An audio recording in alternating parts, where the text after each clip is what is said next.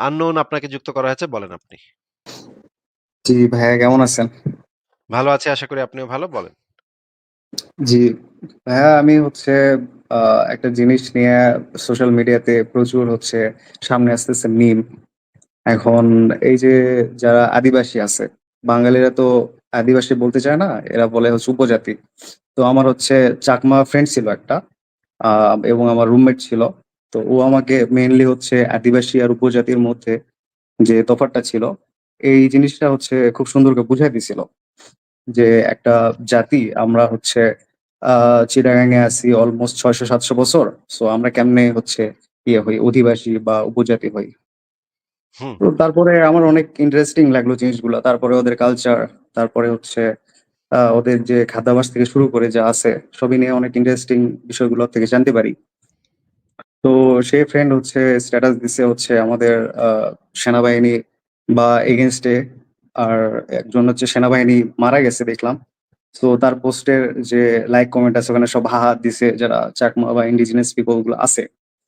So এখন ওর point of view থেকে আমার মনে হয় যে ওরা হচ্ছে রাইট বা ও রাইট জিনিসটা চাইতেছে ওরা যেগুলা হচ্ছে ইয়ে করছে ও যে মানে ওর যে মতামতগুলো আরকি এর উপর ডিপেন্ড করে বললাম। বাট অ্যাজ এ বাঙালি আমার হচ্ছে ওর সাথে কিছু জিনিসের দ্বিমত আছে। যেরকম ও বলতেছে যে হচ্ছে আমাদের আ আ পার্বত্য চিটাগাং হচ্ছে আমাদের যে এলাকা আছে বা সাজেক-টাজেক আছে এগুলো হচ্ছে আমাদের এলাকা। এখানে কেন হচ্ছে বাইরে বহিঃপ্রবেশ হবে? এখন আমার কথা হচ্ছে যে আমরা তো বাংলাদেশে বসবাস করি। আর ওটা তো হচ্ছে বাংলাদেশের ভূখণ্ড। সো ওদেরকে কেন এক্সট্রা ভাবে ওই জিনিসটা ওদেরকে দেওয়া হবে? বা আমরা কেন ওই এলাকায় যাইতে পারবো না? বা এজ এ বাঙালি কেন যাইতে পারবো না?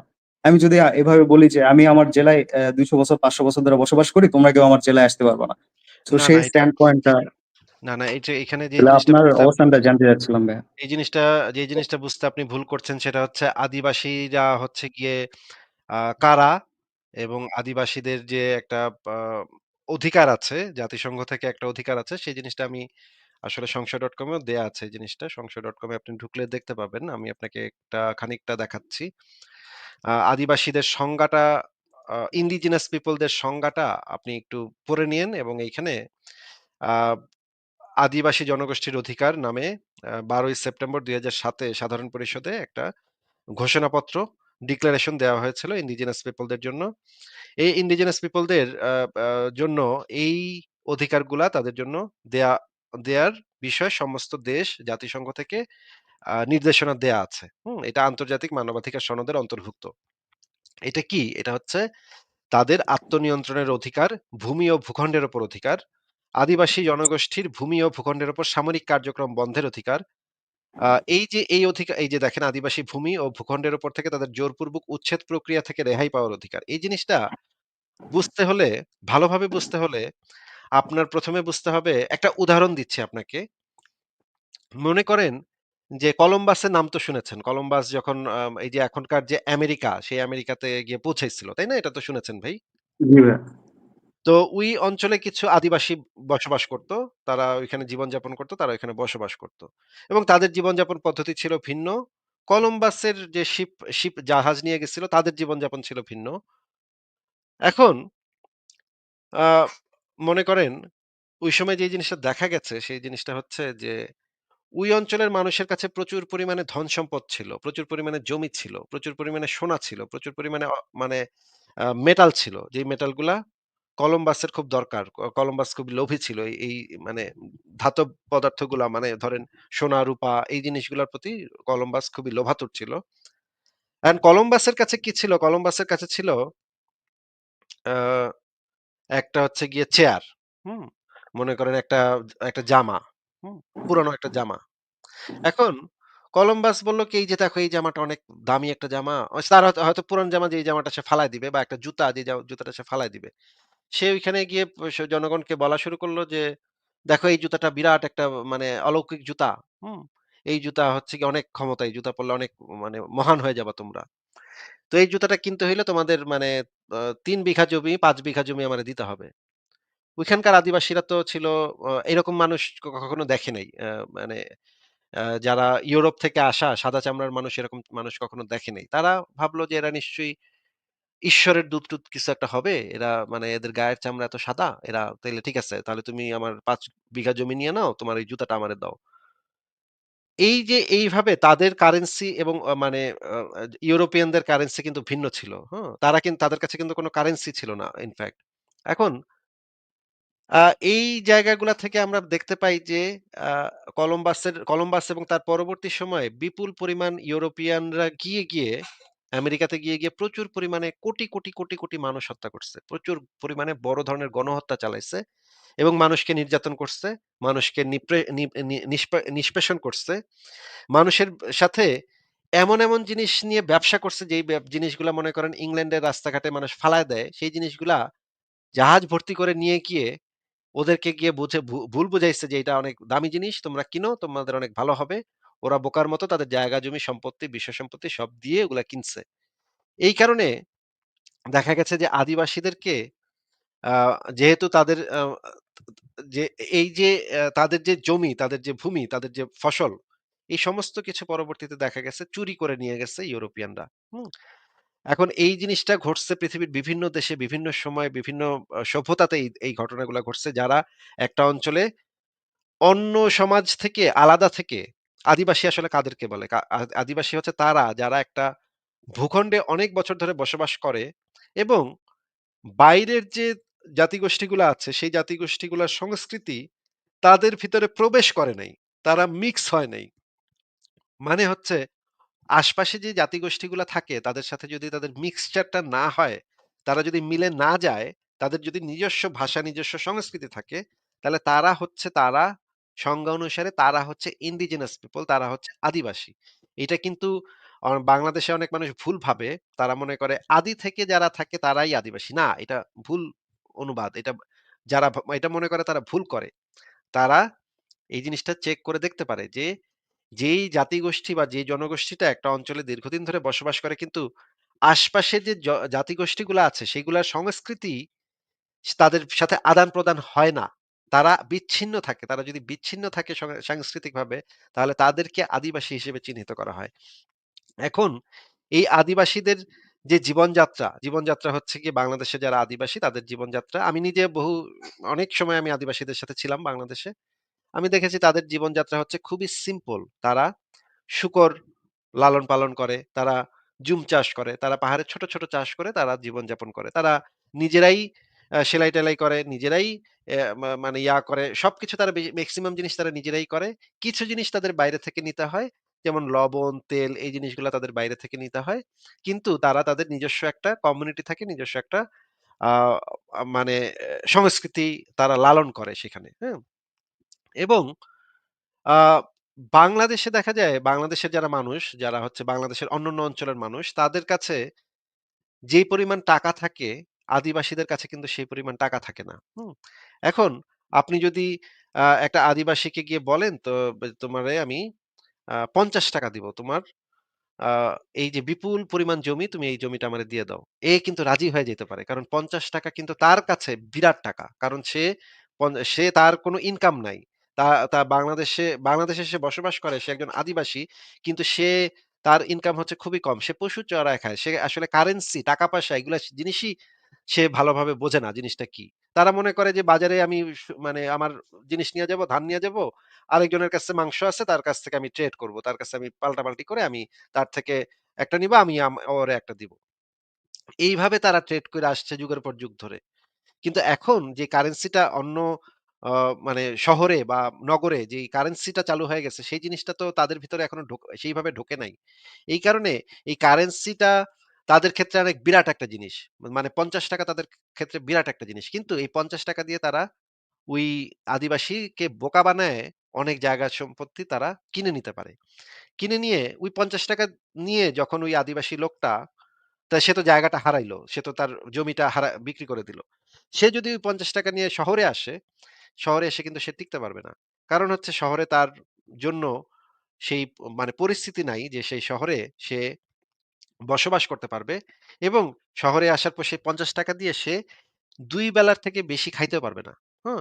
তার মানে সে তার যে জমিটা বিক্রি করলো, যে জমিতে সে ফসল ফলাইতো, যেই জমি দিয়ে তার পেট চলতো, সেইটা বিক্রি করে যে টাকাটা সে পাইলো, সেই টাকাটা সে দিয়ে সে শহরে আইসা ২-৩ বেলা বা মেক্সিমাম ৫ বেলার বেশি খাইতে পারবে না।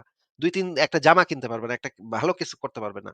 তার মানে তাদের কাছে কারেন্সির যে হিসাব এবং শহরের মানুষের কাছে কারেন্সির যে হিসাব, এমনকি আপনার কাছে কারেন্সির যে হিসাব এবং আমার কাছে কারেন্সির যে হিসাব সেটা কিন্তু আকাশ-পাতাল পার্থক্য। আমি কিন্তু বাইরে গিয়ে ১ কাপ কফি খাই ৪-৫ ইউরো দিয়ে, হ্যাঁ? আপনি মনে করেন যে ৫ ইউরো মানে বাংলাদেশী টাকায় মনে করেন ৳৭০০ ৳৭-৮০০। আপনি কি ভাই কখনো ৳৭-৮০০ দিয়ে কোনদিন কফি খাইছেন বলেন তো? না ভাই। আপনার পক্ষে সম্ভব না। ৳৭-৮০০ দিয়ে কফি খাওয়ার না, পক্ষে হ্যাঁ, সম্ভব। হ্যাঁ? আপনি ঢাকায় হয়তো থাকেন বা মানে কোন একটা হ্যাঁ। জেলা শহরে থাকেন। ৳৭-৮০০ দিয়ে কি কফি খেতে পারি এটা হয়তো আপনি কল্পনাও করতে পারবেন না। এটা কিভাবে সম্ভব? ৳৭-৮০০ দিয়ে একজন মানুষ কফি খায়। এটা তো আমি যেটা না, বললাম রেগুলার পসিবল না। এটা হচ্ছে আমার রেগুলার কফি খাওয়ার খরচ। আর যদি আমি একটু হ্যাঁ, এক্সপেনসিভ রেস্টুরেন্টে যাই সেখানে তো আরো বেশি হবে। কফির দাম আরো অনেক বেশি হবে। ৪-৫ ইউরো হইলো আমি যে রাস্তা থেকে কিনা খাই। Starbucks থেকে বা অন্য জায়গা থেকে সেইটার কফির দাম আমি কইলাম। এখন আপনার কাছে আ আ কারেন্সি একরকম, আমার কাছে কারেন্সি একরকম। আমার কনসেপ্টটা ভিন্ন, আপনার কনসেপ্টটা ভিন্ন। আমি যদি আপনাকে এখন মানে মা ৫০ ইউরো দেই আমি কিছুই গায়ে লাগবে না। আমি টেরই পাবো না যে ৫০ ইউরো আমার পকেট থেকে পইড়া গেলে আমি খুব একটা টের পাবো না। কিন্তু ৫০ ইউরো আপনার কাছে একটা বিরাট টাকা হবে। আবার একটা গ্রামের লোকের কাছে সেটা আরো বিরাট টাকা হবে। আবার একজন আদিবাসীর কাছে সেটা মনে করেন বিরাট টাকা হবে।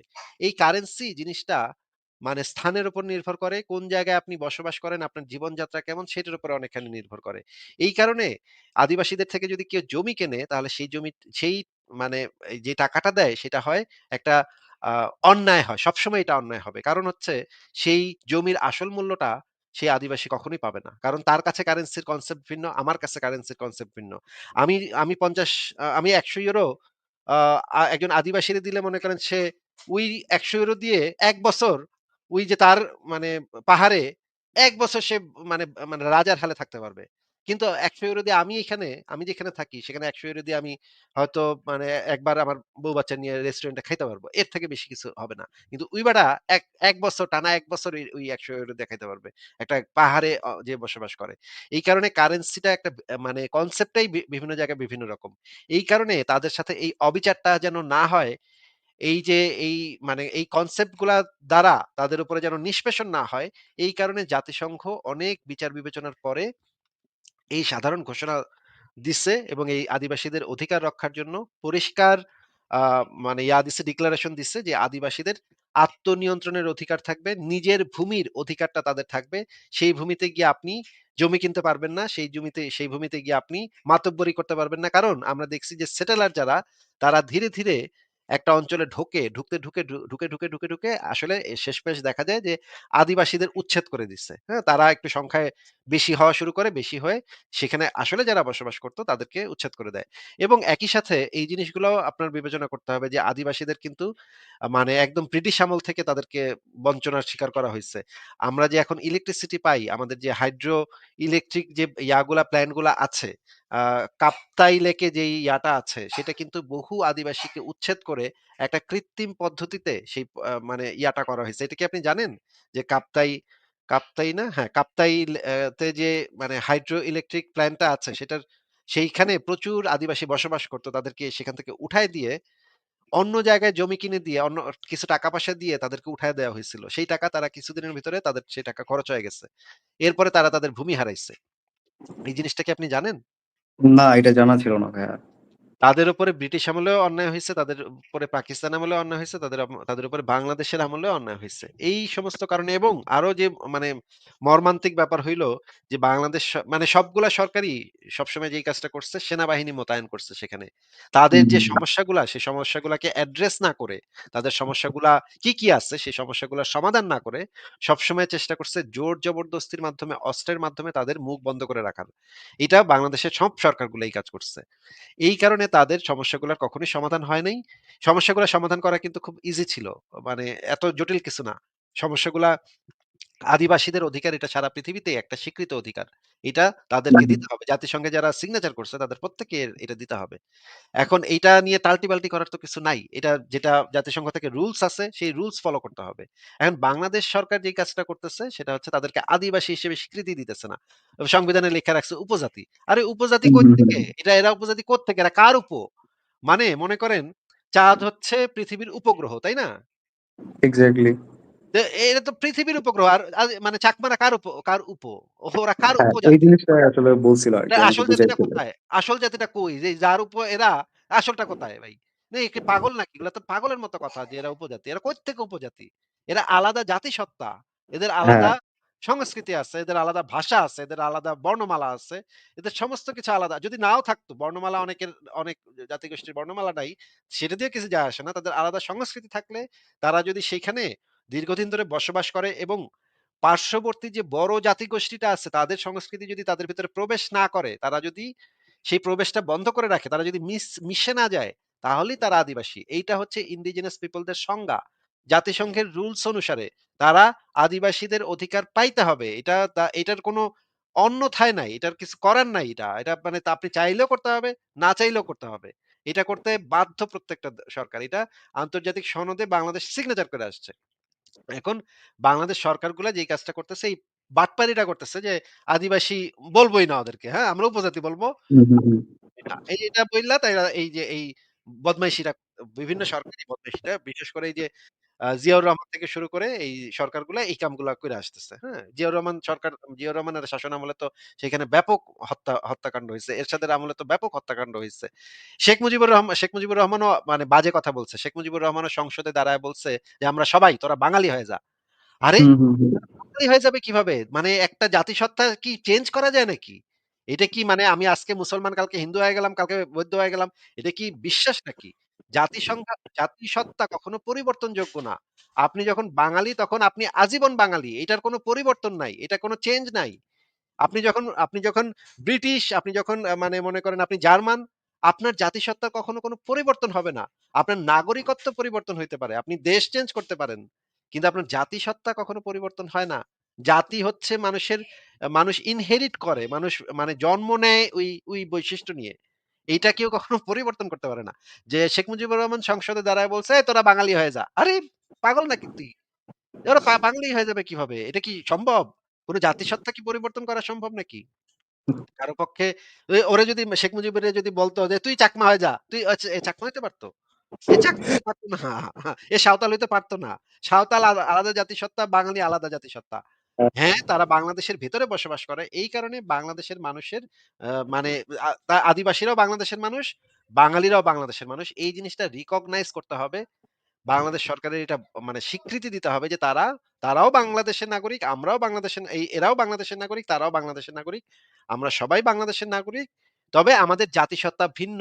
আমরা বিভিন্ন জাতিসত্তার মানুষ এখানে বসবাস করি এবং এরা হচ্ছে বাঙালি আর এরা হচ্ছে আদিবাসী। এবং এই হুম, জাতিসংঘ থেকে যে রুলসটা আছে সেই রুলস ফলো করতে হবে আদিবাসীদের সাথে ইসের জ মানে আদিবাসীদের আইন কানুন বিচার ব্যবস্থা হবে এই রুলস এর আন্ডারে। তাহলে হুম। আর এই রুলস এর আন্ডারে যখন হবে তখন আপনি হুট করে গিয়ে আপনার মনে করেন আপনার ৳১০০,০০,০০,০০০ আপনি মানে ঢাকা শহরে থাইকা জমাইছেন, ৳১,০০,০০,০০০ জমাইছেন। আপনি তো ভাই গিয়ে ২-৩ টা পাহাড় কিনা ফেলতে পারবেন। ওইখানে তো টাকার মূল্য অনেক মানে অনেক টাকার মূল্য অনেক বেশি। হ্যাঁ? সেখানে হুম, গিয়ে তো হুম। আপনি মানে পাহাড়-টাহাড় কিনা ফেলতে পারবেন। ২-৩ টা পাহাড় কিনা ফেলতে পারবেন আপনি ৳১,০০,০০,০০০ দিয়ে। কিন্তু ঢাকা শহরে হয়তো ৳১,০০,০০,০০০ দিয়ে আপনি একটা ভালো ফ্ল্যাটও কিনতে পারবেন না। তাই না? সেই হ্যাঁ। একই টাকা আপনি পাহাড়ে নিয়ে গেলে আপনি দেখবেন ২ টা পাহাড় আপনি কিনা ফেলাইছেন ওই টাকা দিয়ে। এই যে এটা যেন আপনি করতে না পারেন, আপনার ইয়াটা যেন এখানে আপনি এপ্লাই করতে না পারেন। এই কারণে এই প্রটেকশনটা দেয়া হয় আদিবাসীদের যে আদিবাসীরা তাদের ভূমির অধিকারটা পাবে। তাদের ভূমির স্বায়ত্তশাসন তারা পাবে। তারা আত্মনিয়ন্ত্রণের অধিকার তারা পাবে। এইজন্য এই আদিবাসীদের এই জাতিসংঘ থেকে এই নির্দেশনা দেয়া হইছে। আর এই নির্দেশনা তো আমারও না। এই নির্দেশনা হচ্ছে জাতিসংঘের একদম এটা হুম, মানবাধিকার সনদের অন্তর্ভুক্ত। এইটা ছাড়া কোন দেশে মানবাধিকার প্রতিষ্ঠা হবে না তো। হ্যাঁ, এবার বলেন। বুঝছি। তার মানে হচ্ছে ইন্ডিজিনাস পিপল যারা আছে তারা যে দাবিটা উঠাইতেছে এটা সম্পূর্ণ লজিক্যাল অ্যান্ড সরকারের উচিত সেগুলো বিবেচনায় নিয়ে একটা ভালো সলিউশন দেওয়া, তাই না? সরকারের উচিত যে এই যে জাতিসংঘের যে রুলিংস আছে সেই রুলিংস কে অক্ষরে অক্ষরে পালন করা। যেহেতু বাংলাদেশ এখন বলতেছে যে তারা আন্তর্জাতিক মানবাধিকার সনদ ফলো করবে। হুম, হুম। আন্তর্জাতিক মানবাধিকার সনদ অক্ষরে অক্ষরে ফলো করা উচিত। একটা যে এবং টাল্টি-বাল্টি না করা উচিত। এই যে মানে নাম চেঞ্জ করে দিয়ে বলবে যে, "না তারা তো আদিবাসী না, তারা উপজাতি।" এটা বইলা মানে বাটপারিটা যে করতেছিল এতদিন, এই বাটপারি গুলার জন্য সরি বলবে। তারা বলবে যে, "আমরা ভুল করছি এতদিন। এই কাজগুলা ভুল হয়ে গেছে।" এই যে উপজাতি নামে এটা একটা অত্যন্ত আপত্তিকর হুম, শব্দ হুম। উপজাতি। তারা কোনো না। তারা একটা জাতিসত্তা। আলাদা জাতিসত্তা। জাতিসত্তা এবং উ উপ উপ হয় হচ্ছে গিয়ে এটার সাথে যদি সাইড দিয়ে কিছু একটা থাকে সেইটারে বলে উপ। হুম? অ মনে করেন উপসাগর কাকে বলে? উপগ্রহ কাকে বলে? চাঁদ হচ্ছে বাংলাদেশের একটা উপগ্রহ। উপসাগর হচ্ছে একটা মেইন সাগর থাকবে, সেটার একটা থাকবে, তাই না? শাখা একটা ছোট একটা উপনদী কাকে বলে? এই জিনিসগুলা আপনি একটু ভাবেন, চিন্তা করেন। তাহলে জি, জি বুঝবেন ভাইয়া। যে উপজাতি শব্দটা একটা আপত্তিকর শব্দ, হ্যাঁ, অবমাননাকর শব্দ তাদের জন্য। তারা হচ্ছে একটা আলাদা জাতিসত্তা, তারা হচ্ছে আদিবাসী এবং এই আদিবাসী স্ট্যাটাসটা যখন তাদেরকে দেয়া হবে তখন অটোমেটিক জাতিসংঘের রুলস বাংলাদেশ সরকারের ফলো করতে হবে এবং এটা করা উচিত। প্রত্যেক মানুষের আ আত্মসম্মান আছে, আত্মমর্যাদা আছে। প্রত্যেক মানুষ তাদের আত্মমর্যাদা নিয়ে বসবাস করা উচিত। কেউ এখানে মাতব্বরি করবে, কেউ এখানে মাতব্বরি করবে না। এইটা তো হওয়া যাবে না। একটা দেশে প্রত্যেকটা মানুষ সমান অধিকার পাবে, সমান মর্যাদা পাবে।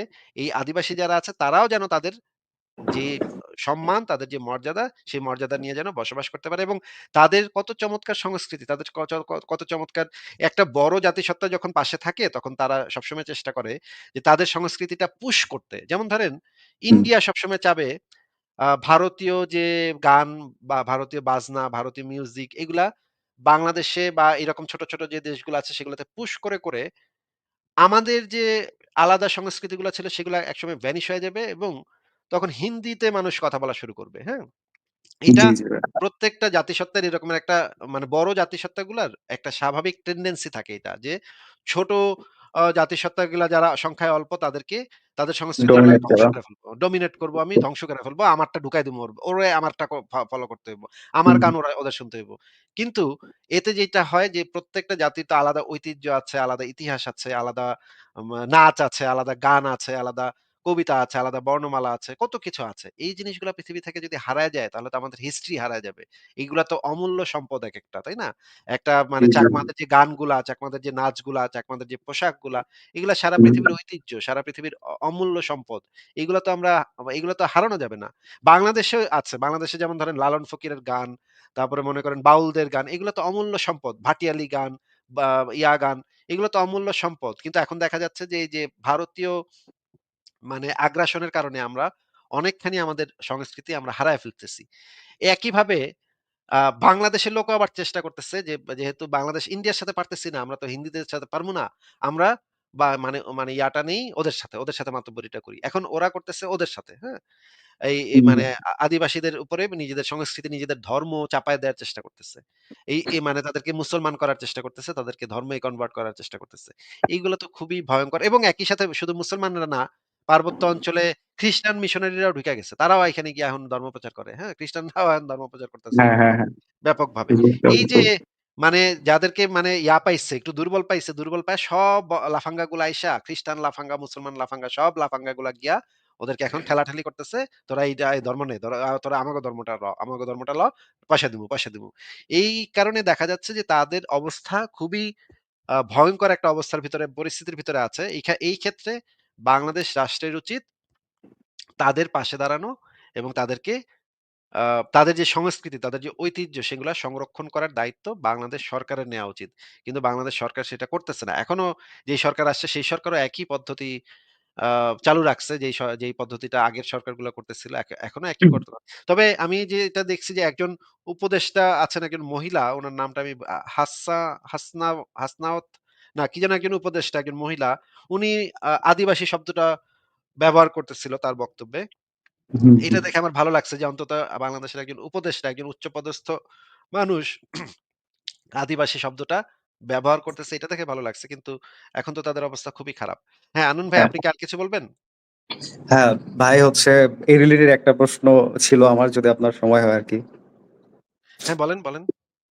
সেটা হচ্ছে এই যে আ যে পাহাড়ি কিছু বাহিনী তৈরি হইছে যেরকম হচ্ছে যে কুকি চিন আছে একটা। এদের সাথে আমরা দেখি প্রায় সেনাবাহিনীদের যুদ্ধ হয়। তারপরে হচ্ছে আরো ওদের মধ্যে একটা টেনডেন্সি দেখছি বা কিছু নিউজ দেখছি। আমি ফ্যাক্ট চেক করে নাই। জাস্ট দেখছি এটা বলতেছি। যে হচ্ছে ওরা চায় ওদের পার্বত্য চিটাগাং তারপরে হচ্ছে ভারতের কিছু অংশ নিয়ে সেভেন সিস্টার্স নিয়ে ওরা হচ্ছে আলাদা দেশ গঠন করবে। এই ধরনের চিন্তা ভাবনা ওদের মধ্যে আছে। এখন ঘটনা হচ্ছে যে পাহাড় থেকে যদি আহ সেনাবাহিনীকে সরায় নেওয়া হয়, সেক্ষেত্রে ওরা যদি এই জিনিসটাকে আরো প্রবলভাবে ইয়ে করে, সেক্ষেত্রে কি বাংলাদেশের সার্বভৌমত্ব কোনোভাবে হুমকিতে পড়তে পারে? আর এই ভাই এই বিষয়ে বাংলাদেশের কি বলবেন? ভাই বাংলাদেশের সার্বভৌমত্ব দিয়ে কার কি বালটা ছেড়া যাবে ভাই? বাংলাদেশের সার্বভৌমত্ব থাকলেই কার বালটা ছেড়া যাবে? আর না থাকলেই বা কার বালটা ছেড়া যাবে? বাংলাদেশ হচ্ছে যেকোনো দেশ হচ্ছে মানুষের জন্য। হ্যাঁ, মানুষের জন্য তো মানুষের জন্য দেশ, হ্যাঁ? দেশ, রাষ্ট্র এগুলো তৈরি হইছে মানুষের জন্য। মানুষ মাইরা কখনো দেশের সার্বভৌমত্ব রক্ষা করতে হবে মানুষ মাইরা। মানুষই যদি না থাকে ভাই মানুষ মাইরা কিভাবে দেশ মানে মানে দেশের সার্বভৌমত্ব কি বালটা হয় দেশের সার্বভৌমত্ব দিয়া? কোন বালটা ছিঁড়া যায়? কার কোন বালটা ছিঁড়া যায় দেশের সার্বভৌমত্ব দিয়া? যেখানে মানুষ যদি মইরা যায়, তাইলে তো ভাই মানুষ হচ্ছে মেইন, মানুষ হচ্ছে আসল জিনিস। কোন ওই যে বাংলাদেশ সার্বভৌমত্ব, ভারত এই সমস্ত গুলোর কোন বালেরও কোন দাম নাই ভাই। এগুলা হচ্ছে মানুষের ভিতরে তৈরি করা কিছু মিথ। এগুলা হইতেছে মানুষকে বলদ বানানোর কিছু মিথ। তোমার ধর্ম চলে যাচ্ছে, তোমার ধর্ম মানে আল্লাহ তোমার ইয়েটা করবে, সার্বভৌমত্ব নষ্ট হচ্ছে, শেখ মুজিবুর রহমানকে অসম্মান করা যাবে না। এইগুলো হচ্ছে সব ফালতু কথা। এগুলো হচ্ছে সমস্ত ফালতু কথা। পার্বত্য অঞ্চলের মানুষ যদি তাদের আলাদা জাতিসত্তা চায়, তাহলে আলাদা জাতিসত্তা তারা অবশ্যই পাইতে পারে। এই যে মনে করেন বাংলাদেশের মুক্তিযুদ্ধ যখন হয়েছিল, তখন হুম। বাংলাদেশের মুক্তিযুদ্ধ তো পাকিস্তানের সার্বভৌমত্বের উপর আঘাত ছিল নাকি? হ্যাঁ, হ্যাঁ, হ্যাঁ। সো তাইলে ওরা কি তো এটা ট্রাই তাইলে করছে কি হচ্ছে প্রিভেন্ট তাইলে কি করার। সো এইজন্য কি তাইলে তো বাংলাদেশ সরকার ওদেরকে না হ্যাঁ, বলেন, বলেন। বাংলাদেশের যে মুক্তিবাহিনীকে পাকিস্তান সরকার সেই সময় কি আখ্যা দিছিল বলেন তো? গাদ্দার। গাদ্দার, সন্ত্রাসী, হ্যাঁ, বিচ্ছিন্নতাবাদী। ওরা হচ্ছে দেশে হ্যাঁ, অস্থিতিশীল পরিস্থিতি করতে চায়। আমাগো দেশপ্রেমিক সেনাবাহিনী গিয়া ওই বিচ্ছিন্নতাবাদী সন্ত্রাসীগুলারে মারতেছে নাকি? এটা বলছিল হ্যাঁ, হ্যাঁ, নাকি? হ্যাঁ। তো এখন বাংলাদেশের সেনাবাহিনী কি করতেছে পার্বত্য অঞ্চলে একই ডায়ালগ। ডায়ালগ একই, খালি শব্দগুলা চেঞ্জ করে দিচ্ছে। আগে ছিল পাকিস্তানের আচ্ছা। সার্বভৌমত্ব, এখন হইছে বাংলাদেশের সার্বভৌমত্ব নাকি? বুঝছি ভাইয়া। তো ওরা যদি দল গঠন করে, ওরা যদি সশস্ত্র হয়, এটার জন্য দায়ী কে? বাংলাদেশে যে মুক্তিযুদ্ধ হয়েছিল, বাংলাদেশে যে মানুষ সশস্ত্র হয়েছিল, এটার জন্য দায়ী কেরা ছিল? সো আমরা তো বাংলাদেশে বসবাস করি, হ্যাঁ? তো ওই পাহাড় তো অনেক সুন্দর ভাইয়া। সো আমি যদি একটু লোভী টাইপের হয়ে বলি যে আমি এরকম সুন্দর একটা জায়গাতে যাইতে পারবো না কেন? তাহলে আপনি এই যে জাতিসংঘের এই ইয়াগুলা ফলো করেন। সরকারকে চাপ দেন যে জাতিসংঘের ইয়া ফলো করো, ফলো করে ওদেরকে নিজেদের সাথে রাখতে হইলে তো ওদেরকে বুঝায় রাখতে হবে। ওদেরকে হ্যাঁ, হ্যাঁ, কনভিন্স করে রাখতে হবে। ওরা যদি অসন্তুষ্ট হয়, ওরা যদি থাকতে না চায়, আমি হ্যাঁ। কিভাবে রাষ্ট্র ক্ষমতা দিয়ে অস্ত্র দিয়ে তাদেরকে জোর করে তাদেরকে আটকায় রাখবো? এটার কোনো তো অধিকার তো কারো নাই। মানে একটা মানুষ আপনার সাথে থাকতে চাইতেছে না। আপনি বন্দুক দিয়া, ছুরি দিয়া তারে বলবেন, "এই তোরে মেরে এলামু। তুই থাকবি, ঘরে থাকবি।" মানে এইটা কি ভাই? মানে মনে করেন আপনার বউ আপনার সঙ্গে থাকবো না। তো ভাল লাগে না আপনার। সে আলাদা বাসা নিয়ে থাকতে চায়। আপনার কোন রাইট আছে তারে আপনি বন্দুকের নলের ভিতরে রাইখা জোর করে ঘরের ভিতরে বলবেন যে, "ঘরের সার্বভৌমত্ব নষ্ট করা যাবে না। তোমার আমি তালাক দিব না।" এটা কোন কথা ভাই? না, এটা সম্পূর্ণ অযৌক্তিক। তারা যদি চইলা যেতে চায়, আলাদা রাষ্ট্র করতে চায়, আলাদা রাষ্ট্র করবে। কিন্তু আমাদের যদি সার্বভৌমত্ব রাখতে হয়, তাইলে ওদেরকে গিয়ে কনভিন্স করতে হবে, "বাবা তোমরা আসো, আমরা এই যে জাতিসংঘের ওই যে রুলস নিয়ে আমরা কথা বলি। ওইটা আমরা ফলো করি। ওইটা আমরা ফলো করব ঠিকঠাক মতো। তোমরা ভাই যাও না। আমাদের সাথেই থাকো। আমরা একসাথে থাকি। আসো মিলামিশে থাকি।" এইটা যদি বাংলাদেশ সরকার তাদেরকে কনভিন্স করতে পারে, তাইলে তো ভালো। হুম, তাইলে ওরাও নিশ্চয়ই মানে এই জিনিসগুলা ওরাও নিশ্চয়ই আলাদা রাষ্ট্র মানে ফাত কইরা আলাদা রাষ্ট্র হয়ে যেতে চাবে না। কারণ আলাদা একটা রাষ্ট্র তৈরি হইলে সেই রাষ্ট্রটা চলবে কিভাবে? এই রাষ্ট্রটা রান করবে কিভাবে? এটা তো নানা সমস্যাদি আছে। ওরাও তো নিশ্চয়ই এটা হুম, বুঝবে হুম। যে হ্যাঁ, আলাদা রাষ্ট্র করলে তো সেটার একটা বিরাট ঝামেলাও আছে। হ্যাঁ? মানে সেনাবাহিনী তৈরি করতে হবে। আ ইয়া কই ক তৈরি করে অর্থনৈতিকভাবে স্বাবলম্বী হইতে হবে। অনেক ঘ্যাপা আছে। তো ওরা তো সেই জিনিসটা নিশ্চয়ই মানে বুঝবে এবং আমরা যদি বাংলাদেশ সরকার থেকে যদি এটা নিয়ে আলোচনা করতে যায় তারা যে আমরা সব ইয়াগুলা ফলো করব জাতিসংঘের রেগুলেশন ফলো করে আমরা একসাথে থাকি আসো। আমরা মিলেমিশে থাকি। তোমরাও বাংলাদেশে থাকো, আমরাও বাংলাদেশে থাকি। আমরা মিলেমিশে থাকি। এইভাবে যদি অ্যাপ্রোচ টা নিয়ে যায়, আমার মনে হয় এই সমস্যার সমাধান হয়ে যাবে। বুঝছি। কিন্তু ঠিক আছে ভাই। জোর হ্যাঁ। জবরদস্তির মাধ্যমে সেনাবাহিনী বন্দুক দিয়ে আমি আটকায় রাখবো তো করে, যাইতে দিব না। তোরে যাইতে যাবি এক্কারে মাইরা এলামু। এই ক্যাম্প করতে গেলেই এটা মানে আমি সেটার বিরোধিতা করব এবং তখন আমি বরঞ্চ যদি এরকম কোনো লড়াই সংগ্রাম হয় আমি বরঞ্চ গিয়ে পার্বত্য অঞ্চলে গিয়ে ওদের সাথে যোগ দিব। যদি আমার পক্ষে সম্ভব হয়, আমি ওদের সাথে গিয়ে বলব, "আমি তোমাদের দলে আছি ভাই।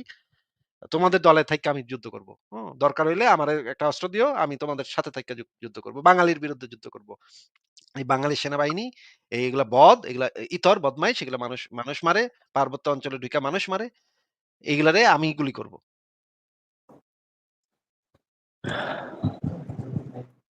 ঠিক আছে? পাকিস্তানেরও কিন্তু একই ঘটনা ঘটছিল। পাকিস্তানের অনেক প্রগতিশীল মানুষ কিন্তু সেই সময় বাংলাদেশের মুক্তিযুদ্ধের সময় বাঙালির পক্ষে ছিল। তারা নিজেরা পাকিস্তানি হয়েও তারা বলছে যে এই রকমের গণহত্যা চালাচ্ছে পাকিস্তান সেনাবাহিনী। আমরা এই পাকিস্তান সেনাবাহিনী তো আমরা এইজন্য তো আমরা ট্যাক্স দেই না। আমরা যে ট্যাক্স দেই, পাকিস্তানে যে আমরা ট্যাক্স দেই এটা তো আমরা আমাদের ভাইদের উপরে গুলি চালানোর জন্য তো আমরা ট্যাক্সের টাকা দেই না। এইরকম পাকিস্তানে মানে মুক্তিযুদ্ধের সময় অনেক পাকিস্তানি পাকিস্তানের সেনাবাহিনীর বিরুদ্ধে কিন্তু কথা বলছে। হ্যাঁ? এই মানে মানুষের পক্ষে সবসময় থাকতে হবে আমাদের। এই জিনিসটা আমাদের মনে রাখতে হবে যে সবসময় মানুষের পক্ষে থাকতে হবে। আমি কোন জাতিগোষ্ঠীর এইজন্য যদি আমি সেই জাতিগোষ্ঠীর দোষগুলা লুকায় রাখার চেষ্টা করি এবং সে আমার জাতিগোষ্ঠী একটা আকাম করতেছে সেখানে গিয়ে সমর্থন দেই, এটা তো ভাই মানবতার চরম অবমাননা হবে। তাই না? আপনার কি মনে হয়? হ্যাঁ, হ্যাঁ। মানে আপনার জাতিসত্তা বাঙালি দেইখা আপনি বাঙালি সেনাবাহিনী মারতেছে, আপনি খুব খুশি। ওহ! মাইরা ফাড়ায় লাইছে রে। এটা তো ভাই একজন মানবিক মানুষ তো করতে পারবে না। এটা তো একজন যুক্তিবাদী মানুষ তো এই ধরনের পক্ষপাতিত্ব তো করতে পারবে না। আমিও করতে পারব না। আমি তো গিয়ে ওই দলে গিয়ে যোগ দিব। যারা আক্রান্ত তাদের সাথে গিয়ে আমি দাঁড়াবো। আ এই জিনিসগুলো আসলে মেইনলি আমার কাছে অনেক বেশি আনক্লিয়ার ছিল। কারণ আমার ওই ফ্রেন্ড আমারে যেভাবে ওদের কালচার সম্পর্কে, ওদের অতীত সম্পর্কে আমাকে বুঝাইছিল। আর বর্তমান যে পরিস্থিতি ক্রিয়েট হইছে বা Facebook এ তো ঢোকাই যাচ্ছে না। সো এই জিনিসটা নিয়ে আমার মাথার মধ্যে কনফ্লিক্ট হচ্ছিল। আর যে আদিবাসী আছে এদের যে এটা আমরা ক্লাস বোধহয় 8-9 এ পড়ে আসছি। কিন্তু সেটা আমি ভুলে গেছিলাম। থ্যাংক ইউ ভাই। এটা আ করার জন্য। এটা পড়ে দেখবো আমি খুব ভালোভাবে। আর আমার প্রশ্নের ২ টা ছিল। ২ টার অ্যান্সার মোটামুটি পেয়ে গেছি। আচ্ছা। ধন্যবাদ ভাই। ঠিক আছে আন্নান ভাই, ভালো থাকবেন। আপনার জন্য শুভকামনা রইলো। আর এগুলো নিয়ে চিন্তা করে দেখেন আরো যে মানে এটা কিভাবে বাংলাদেশের অনেক Facebook এ ঢুকলে আমি দেখি যে মানে বাংলাদেশের মানুষগুলা বলতেছে এই ওদেরকে মাইরা পিটায় নাকি সাথে রাখতে হবে। মানে সার্বভৌমত্বের কিছু করণ যাবে না। হ্যাঁ? ওদেরকে মাইরা পিটায় ছেইচ্চা যেমনে পারি মাইরা মুইরা তারপর ওদেরকে সাথে রাখবো। আমি এগুলা দেখি আর হতবাক হই যে মানে এই পাকি রক্ত এখন পর্যন্ত বাঙালির ভিতর থেকে যায়নি। এই পাকি যে চরিত্র, পাকিস্তানিরা যেই কাজ করছিল, হ্যাঁ? হুম, হুম। সেইটা এখনো বাংলাদেশের মানুষের ভিতর থেকে যায়নি। এরা একই কাজ করতেছে ওদের উপরে। মানে তোদের সাথে যেটা হইছে তোরা এখন এই কাজ ওদের সাথে করবি? তোরা এটা বুঝবি না যে মানে একটা মানুষ একটা জাতিগোষ্ঠীর দীর্ঘদিন ধরে নির্যাতিত হইতে কেমন লাগে? এটা তোরা বুঝবি না? ঠিক আছে তাহলে আনন্দ ভাই আপনাকে তাহলে আজকে বিদায় জানাই। জি, জি ভাই। ধন্যবাদ ভাই। আচ্ছা ঠিক আছে।